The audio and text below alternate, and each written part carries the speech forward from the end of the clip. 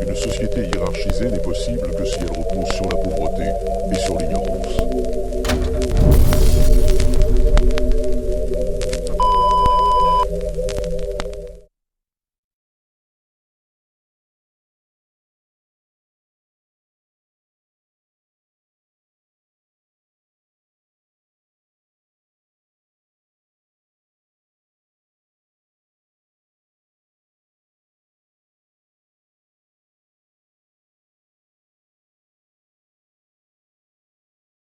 En fait, c'est une ville fantôme.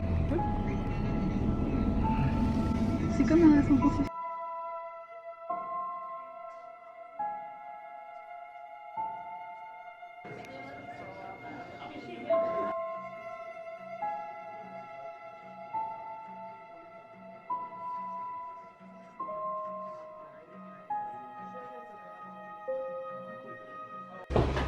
Only lived up there for 3 or 4 days. They were together for about a year. They were in a relationship for about a year.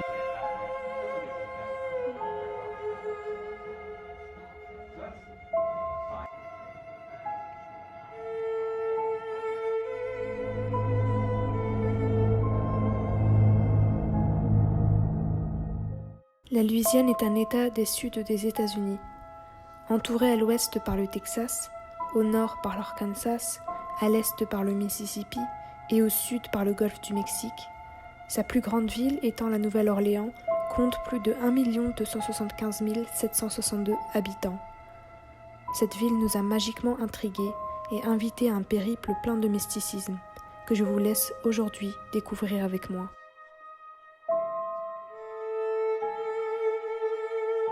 New Orleans, ou la Nouvelle-Orléans, est une ville extrêmement riche en matière de culture et d'histoire.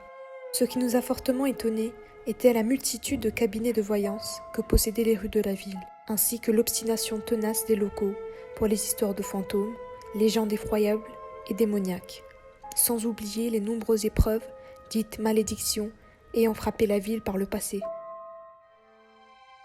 When Hurricane Katrina struck New Orleans, entire neighborhoods vanished under 20 feet of water.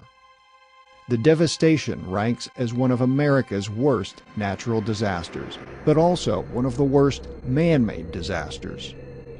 That's because since its early days, New Orleans has been sinking. En effet, le 25 août 2005, l'ouragan Katrina vient s'abattre sur les côtes de la Louisiane et inonde à 80% la ville de la Nouvelle-Orléans, laissant alors la ville entière disparaître sous l'eau.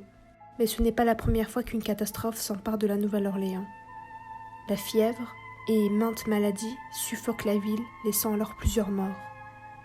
Ces malédictions sont très souvent liées à la magie et sorcellerie d'après les locaux, qui eux pensent aux sorciers vaudous. Une vengeance liée à l'esclavagisme. Bien que la ville en soit attrait des visiteurs du monde entier pour son architecture franco-espagnole, sa culture créole et ses bâtiments colorés, la Nouvelle-Orléans néanmoins attire également les touristes pour son côté macabre et supernaturel.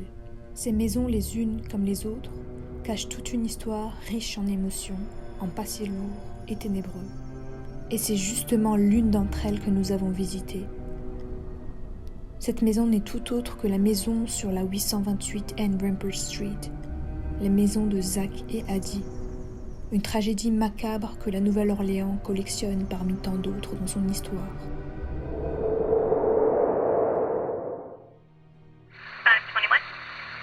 Le 17 octobre 2006, vers 20h30, la police de la Nouvelle-Orléans a reçu un appel inquiétant de l'Omni Royal Orleans Hotel. Le corps d'un homme était sur le toit du parking. En arrivant et en voyant le corps gravement mutilé, il était clair que l'homme était mort à l'impact.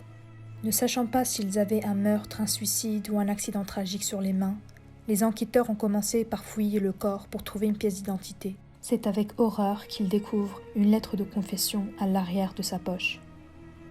Ceci n'est pas accidentel. J'ai dû me suicider pour payer celle que j'ai prise. Si vous envoyez une patrouille au 826 Ann Rampart, vous trouverez le cadavre démembré de ma petite amie Addie dans le four, sur la cuisinière et dans le réfrigérateur avec une documentation complète sur nous deux et une confession signée Zach Bowen. La police s'est précipitée sur les lieux du crime, un petit appartement au-dessus d'un temple spirituel vaudou. Une fois à l'intérieur, la confrontation a été digne d'un film d'horreur. Beaucoup de pistes ont été évoquées pour tenter d'expliquer ce qui avait poussé Zach à ce barbarisme sans recul et pourquoi s'apprêtait-il à cuisiner une femme avec laquelle il avait partagé sa vie. Certains pensent que la guerre de l'Irak avait rendu Bowen complètement détruit mentalement. D'autres penchent pour le paranormal et pensent que la boutique vaudou d'en dessous de leur appartement était entièrement responsable d'un comportement qui ne ressemblait nullement à Zach Bowen. Néanmoins, la visite des lieux fut suffisante pour comprendre ce qui s'était passé. Dans les deux cas, ma visite des lieux fut une expérience singulière. Cette maison à l'air glacial était la quintessence des forces obscures. Wanna go first? I'll be right there. No, there's no way. Ça fait peur? Oui. Regardez-moi ça. Pourquoi on fait ça? Il fait super froid. Il fait très froid.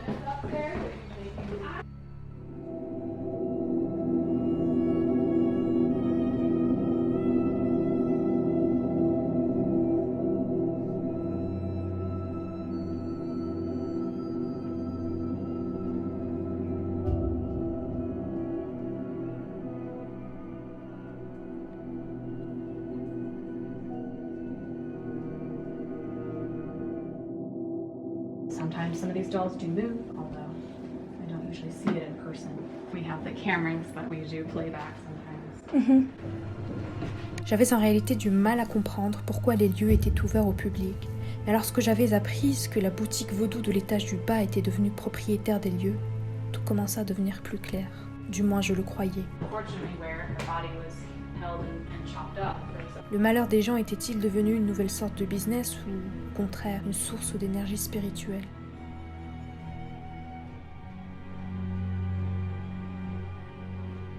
I'm gonna have personal questions about how you feel. Have you ever had a kind of weird experience? Have you experienced something weird or heard whispers or things like that? Weird, yes. Never felt unsafe or uncomfortable. Even upstairs, I've never felt scared. I've protected myself well enough, and I'm surrounded by the objects that I'm at least familiar enough with. So usually people say when they visit really full of energy places, they're cold. And Yeah, the coldness. It's actually really cold. Yeah, but yeah, the coldness or nausea, headache sometimes, especially upstairs, but sometimes down here too, because obviously we are surrounded by some haunted objects and artifacts. I am not very affected by it. I feel comfortable. My grandparents are both Catholic, both sides Catholics, their religion, anything. But now technically I'm a voodoo practitioner. That is why.